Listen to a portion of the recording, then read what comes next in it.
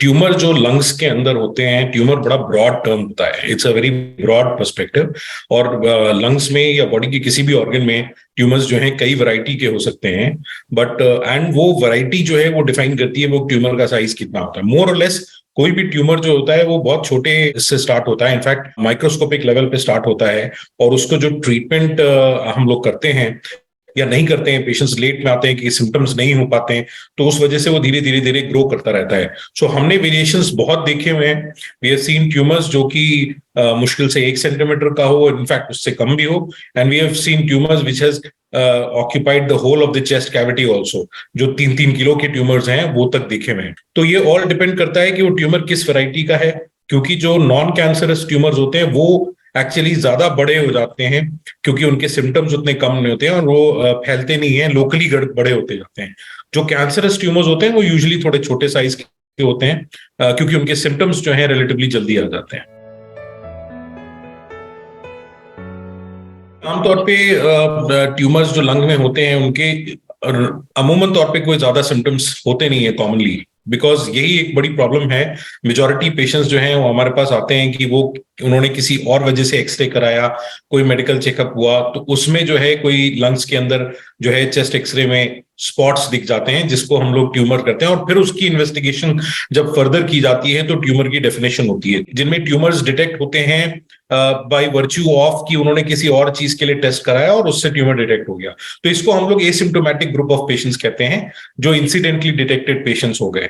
दूसरा group of patients होता है जिनमें सिम्टम्स आते हैं। तो अगर मैं जनरल ट्यूमर्स की बात करूं, हर तरह की, तो मेजोरिटी ऑफ द टाइम्स थोड़ा बहुत चेस्ट पेन होना, खांसी होना, सांस फूलना, यानी जो व्यक्ति नॉर्मल तरीके से 1 या 2 किलोमीटर 3 किलोमीटर आराम से चल पाता था या 3 मंजिल आराम से चढ़ पाता था, उसको सडनली जो है सांस फूलने की दिक्कत होने लगी या उसको ब्रीदिंग डिफिकल्टी स्टार्ट हो गई, खांसी या खांसी में खून आना, अनएक्सपेक्टेड वेट लॉस होना, ये सारे सिम्टम्स जो हैं कुछ पॉइंट करते हैं कि there could be something, and therefore इस तरह के पेशेंट्स को जो है अपने आप को डॉक्टर को दिखा के इवैल्यूएट कराना चाहिए। और ट्यूमर्स की बात करूं तो जो कॉमनेस्ट ट्यूमर जो हम बात करते हैं और जो हमारे लिए बड़ा रिलेवेंट हो जाता है वो हो जाता है लंग कैंसर। बाकी जो ट्यूमर्स होते हैं वो बिनाइन ट्यूमर्स होते हैं, उनके कई कॉजेज हो सकते हैं, कुछ पैदाइशी होते हैं, कुछ इन्फेक्शन के कारण डेवलप हो जाते हैं, कुछ नॉर्मल बॉडी की एबनॉर्मल ग्रोथ की वजह से डेवलप हो जाते हैं। बट कैंसर्स को अगर देखा जाए तो लंग के अंदर जो कैंसर्स होते हैं या लंग कैंसर जिसको हम लोग कॉमन भाषा में बोलते हैं, वो जो है जो उसका कॉमनेस्ट जो कॉज होता है वो होता है smoking related.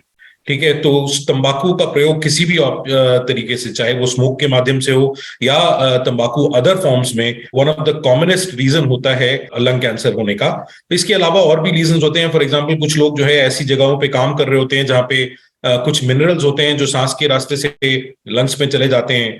For example asbestos होता है, उन केसेस में भी छाती के कैंसर्स होने के चांसेस बढ़ जाते हैं।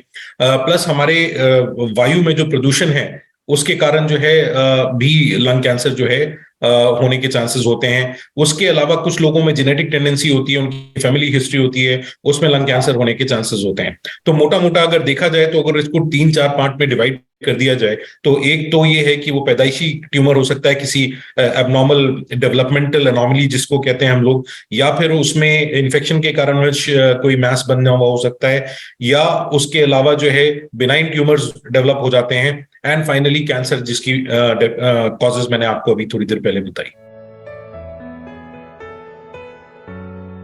Majority of the times lung cancer जो है एक अपने में अलग एंटिटी होता है, वो खुद से डेवलप करता है।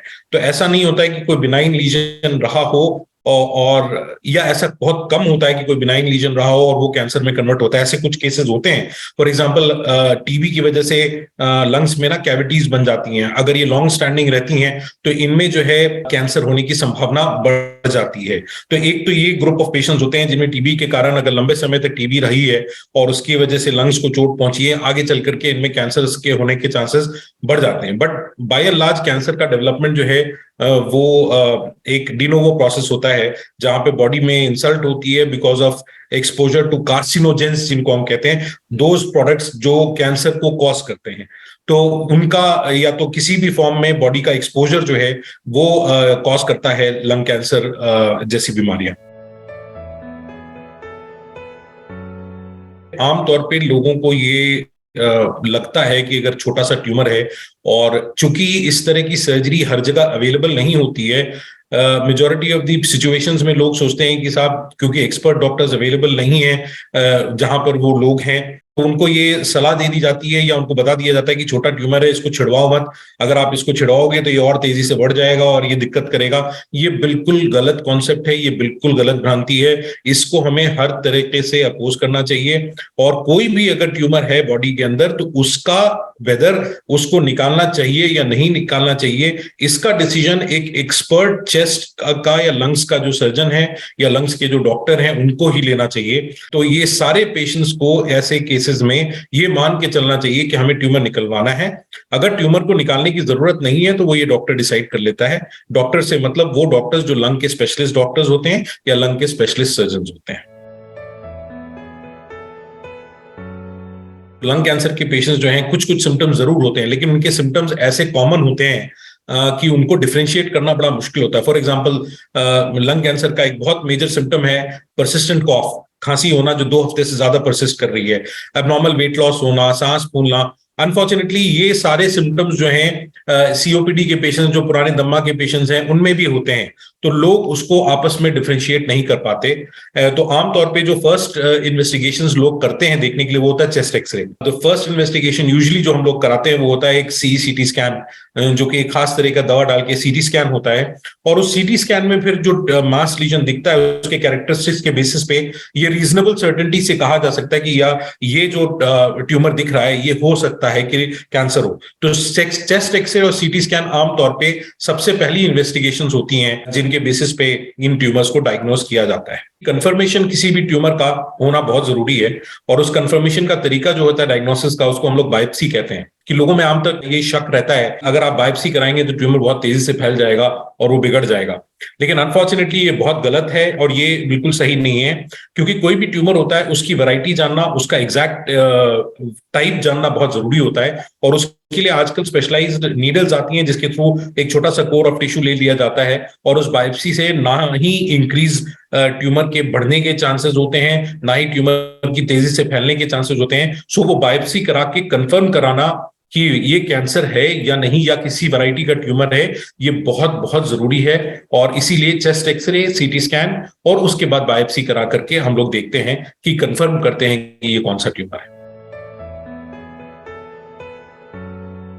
एक ट्यूमर बिनाइन भी हो सकता है, नॉन कैंसरस, और एक ट्यूमर जो है वो कैंसरस भी हो सकता है, राइट। तो जो नॉन कैंसरस ट्यूमर्स होते हैं, डिपेंडिंग कि वो कहां पे लोकेटेड होते हैं, उनको आमतौर पे सर्जरी के माध्यम से एक बार निकाल दिया जाता है।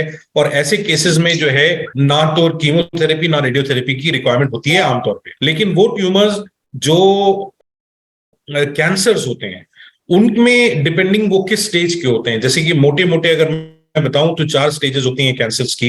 तो फर्स्ट एंड सेकंड स्टेज में वो ट्यूमर को सर्जरी के माध्यम से पूरी तरह से ठीक किया जा सकता है। थर्ड स्टेज का जो कैंसर होता है उसमें कीमोथेरेपी की रिक्वायरमेंट हो सकती है पहले, फिर उसके बाद सर्जरी और फिर कीमोथेरेपी या रेडियोथेरेपी देनी होती है। लेकिन जो फोर्थ स्टेज का कैंसर होता है उसमें जो है आमतौर पे सिर्फ कीमोथेरेपी या टारगेटेड थेरेपी देनी होती है। तो कैंसर का जो ट्रीटमेंट है बड़ा ब्रॉड पर्सपेक्टिव होता है। तो बिनाइन केसेस में, नॉन कैंसरस जो ट्यूमर्स होते हैं उनमें किसी तरह की कीमोथेरेपी या रेडियोथेरेपी की आवश्यकता आमतौर पे नहीं होती है।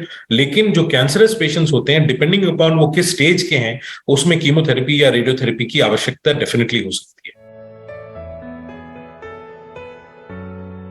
आजकल जो है बड़ा एडवांसमेंट हो गया है। आज से अगर आप 20, 25, 30 साल पहले की बात करें तो उस जमाने में जो ये सर्जरी होती थी इस तरह के ट्यूमर्स की, तो लगभग 100% सर्जरी जो है वो छाती का कट लगा करके, खोल करके पूरी सर्जरी होती थी। लेकिन आजकल के जमाने में, खास करके लास्ट 10 ईयर्स जो देखा जाए तो इस तरह की जो सर्जरी है वो दूरबीन के माध्यम से हो जाती है, जिसमें पूरा बड़ा कट लगाने की जरूरत नहीं पड़ती है और छोटे छोटे कट्स होते हैं। आपने सुना होगा जैसे पित्ते की थैली की, गॉल ब्लैडर की सर्जरी होती है, उसी तरह लंग्स की भी पूरी सर्जरी छोटे छोटे कट्स के माध्यम से पूरी तरह से की जा सकती है। हीलिंग जो है वो बहुत जल्दी होती है। तो आमतौर पे अगर किसी कारणवश ओपन सर्जरी करनी पड़ती है तो लगभग 4 से 6 हफ्ते का वक्त लगता है पूरी तरह से हील होने में।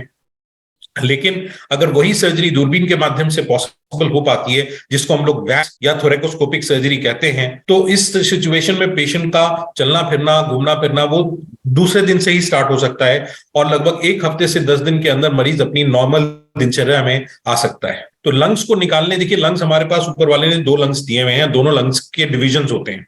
राइट साइड में 3 डिवीजन होते हैं और लेफ्ट साइड में 2 डिविजन होते हैं। तो अगर आप उसमें से एक डिवीजन निकाल देते हैं किसी मरीज का जिसमें वो कैंसर होता है, तो जो बाकी डिविजन हैं वो फैल करके उसकी जगह ले लेते हैं और उसका फंक्शन पूरा कर देते हैं। अगर किसी कारणवश पूरा लंग भी एक तरफ का निकालना पड़ा, तो एक लंग पे अपनी नॉर्मल जिंदगी जीना पॉसिबल है।